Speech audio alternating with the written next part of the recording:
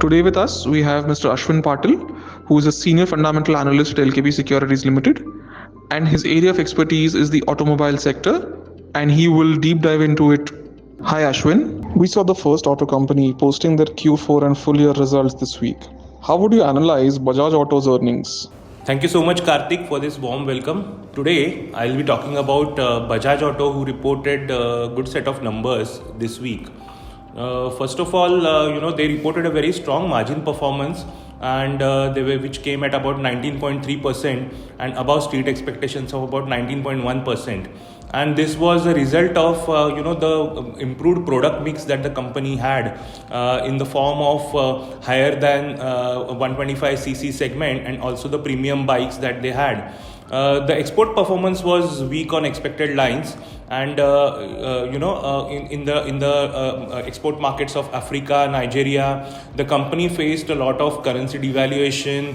Then there was unavailability of US dollars, which resulted in lower demand. So, the management expects that the demand has bottomed out at these levels, and the unavailability of dollar is a concern. In the domestic markets, the company reported very strong numbers, both on the domestic motorcycle as well as three-wheelers. The company launched Pulsar NS 160 and 200 versions, and also a Platina 110 ABS version. And these two or three bikes reported very good volume numbers, and that's why the EBITDA was tilted towards a premium set of bikes, and the numbers also came good on margin front. Also, on the bottom line, the company reported good numbers. The tax rate was close to about 24%, and this resulted in a steady flow of bottom line. Therefore, the numbers, we would say that on and on they were good, which were majorly driven by domestic numbers. The exports were disappointing, but that was in line with expectations. So, looking at the results, what is your outlook on Bajaj Auto? Regarding outlook and valuation, the company has posted good numbers, as I said earlier, on the domestic front, and despite export challenges. So going forward, we believe export volumes have bottomed out as demand is improving, and on month basis we are expected to see that. But the uncertainty remains regarding the availability of dollar, as I said earlier.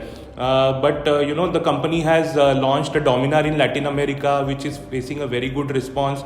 Even the EV launch of Chetak in the domestic markets, that is selling about 6,000 units per month, and the company plans to sell about 10,000 units by June, and they are expanding their coverage, dealership coverage throughout the country for Chetak at a very good pace. And in the domestic markets also, they are expected to launch a slurry of new bikes and increase their dependence on the more than 125cc. So the volume performance or the volume outlook remains quite strong. The management expects about 6 to 8% kind of industry growth for two-wheelers in fiscal FY24, and therefore on the margin front as well, we expect a good product mix to go forward, and the three-wheelers, which are very strong on margins, are expected to do well in the domestic markets, and other markets like Egypt, Bangladesh, Sri Lanka, which are facing a lot of weakness for three-wheelers. We are having some hopes for the revival this year, but on and on, I think with good margin performance, good volumes, strong balance sheet, zero debt levels, we are remaining strongly positive on Bajaj Auto, with a target of about 4,700, which is at about 16.5 times FY25 earnings. So we are maintaining a buy rating on Bajaj Auto. As the second auto OEM numbers are just around the corner in this quarter, what do you think about the numbers presented by Maruti Suzuki in this quarter? So as far as the outlook and valuation for Maruti is concerned, I think the company is on a strong wicket, on all fronts, like volumes as well as margins. But I would say that the waiting period is still going at about 5 to 6 months for its various vehicles, especially the SUVs, because of the chip shortage, which has not yet completely eased out, which we had seen since last 1.5 years. So any time in near future, it may get eased, but nobody has a confidence to say that exactly when is it going to happen. But for Maruti, I would say that the new launches, as I mentioned earlier, they, along with the existing model portfolio and their increasing dependence on CNG and hybrid vehicles, is paying them off, and definitely it will pay them off in the future as well. And the company is in a solid expansion mode. They have come out with a plan of launching a capacity of about 1 million units over the next 4 to 5 years. And in the current year, the company is expanding its coverage by about 2.5 lakh units at their Haryana plant, and also by about 1 lakh at their Gujarat plant. So they are foreseeing a very strong demand for passenger vehicles, especially the SUVs, and that is also expected to improve their margins going forward. Now, as I said earlier, this was the fourth consecutive quarter of increasing margins at 10.5%, and that was better than street expectations.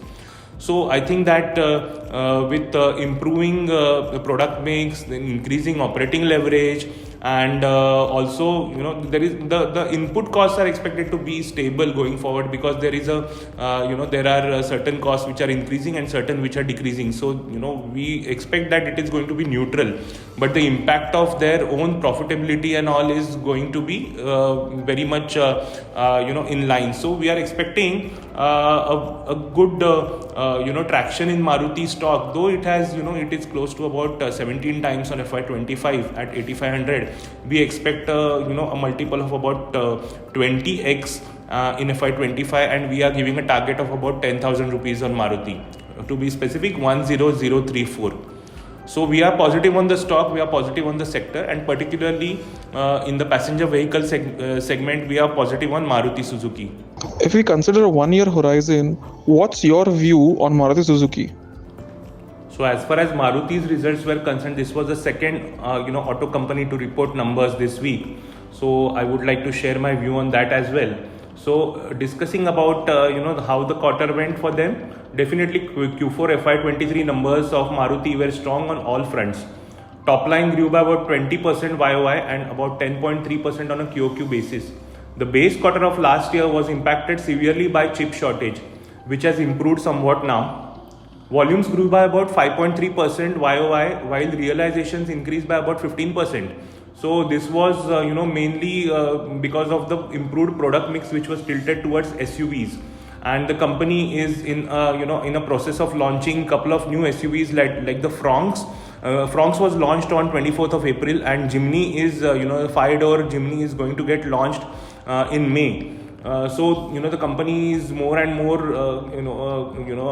what I would say increasing their dependence on the SUVs, which is right now contributing about 43% of the total passenger vehicle market. So the realizations have also gone up because of the SUV dependence. The margins in the quarter jumped by about 70 bips QOQ and 140 bips YOY to 10.5% on lag effect of easing of input costs seen in Q3 and higher SUV volumes. Also, the currency was quite favorable, because yen had depreciated on a YOY basis, and there was also the cost reduction efforts were quite good from the company's side. So I think that it was a good quarter for them. And on the bottom line front, the company reported growth of about 43% on a YOY basis and 11.6% on a QOQ basis. And I should not forget to mention the EBITDA margins, which were close to about 10.5%. And this was the fourth consecutive quarter of growth of margins for Maruti reported. Thank you so much. Thank you, Ashwin. Investments in securities market are subject to market risks. Read all the related documents carefully before investing. The securities quoted are exemplary and are not recommended.